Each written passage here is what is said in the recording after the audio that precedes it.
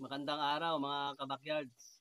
Since ang daming nagtatanong sa akin nito, mas maganda na gumawa tayo ng video sa explanation natin mga kabakyard, no, para naman madamay na yung magtatanong pa, no.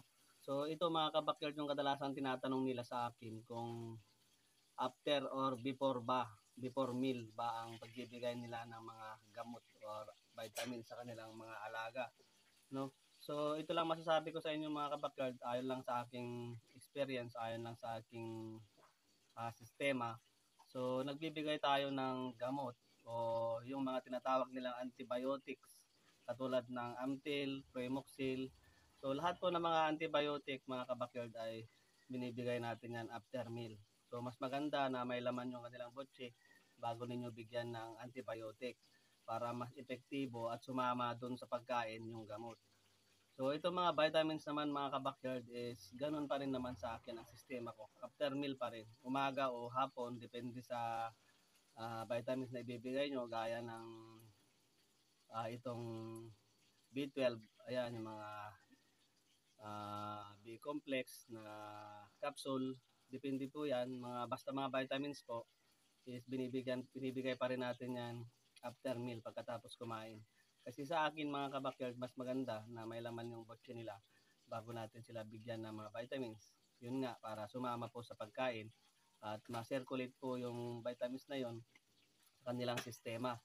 So itong mga supplement naman mga kabakyard, katulad ng mga pinopromote ng iba, yung mga katulad ng mga herbal, may mga herbal din kasi tayo mga food supplement ngayon.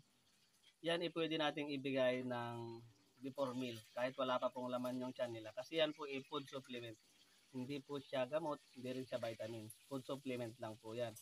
Ibig sabihin para po siyang pagkain din na katumbas na po ng mga patukan na binibigay natin.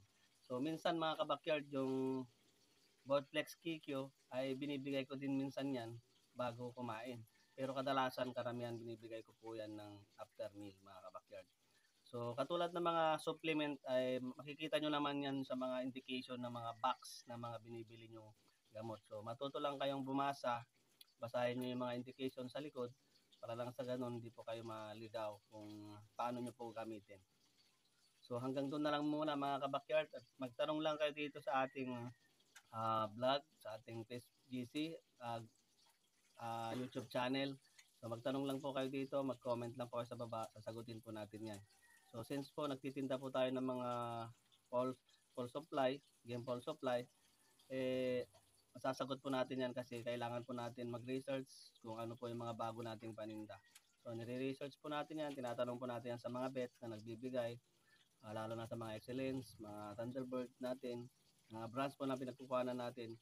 Bago po tayo kumuha ng mga bagong paninda natin is tinatanong na natin kung sakaling hindi po natin alam. Hanggang dito na lang mga kabakyard, at shoutout na lang sa lahat. Wala po tayong shoutout ngayon.